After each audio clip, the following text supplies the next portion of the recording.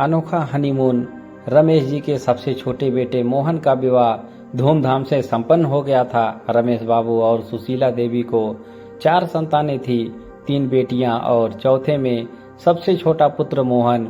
रमेश बाबू जब करीब 30 वर्ष पूर्व इस शहर आए थे तो उन्होंने सड़क किनारे साप्ताहिक बाजार में रेडीमेड कपड़े बेचने का काम शुरू किया था।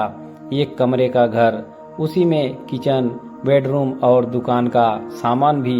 बेहद तकलीफ भरे जाने कितने वर्ष गुजारे थे उन दोनों ने, किंतु कठोर परिश्रम और बच्चों को बेहतर जीवन देने की ललक की वजह से वो हर मुश्किल से लड़ते हुए आगे बढ़ते चले गए थे।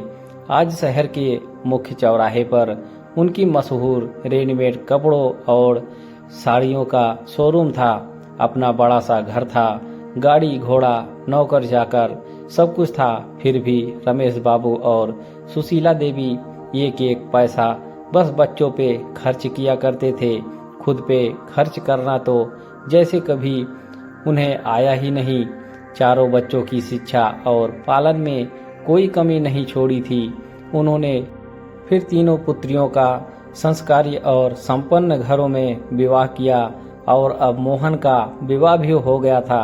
मोहन के लिए उन्होंने बचपन के मित्र और सरकारी स्कूल के चपरासी हरि गोपाल की पुत्री सुधा को बहुत पहले ही चुना था।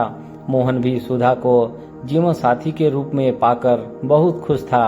विवाह की भागम भाग और मेहमानों की विदाई के बाद आज पहली बार पूरा परिवार एक साथ खाने बैठा था।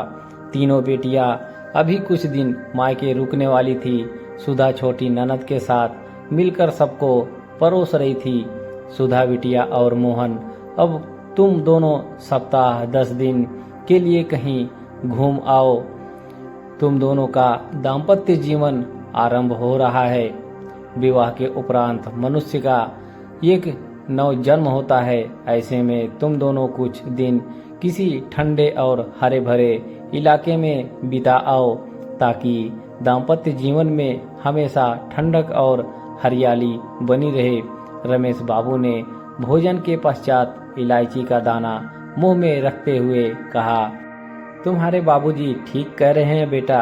दुकान और घर की फिक्र छोड़कर तुम दोनों कुछ दिन बाहर घूम आओ। सुशीला देवी बेटे की तरफ देखते हुए कह रही थी, माँ बाबूजी आप दोनों की अनुमति हो तो मैं कुछ कहना चाह रही थी।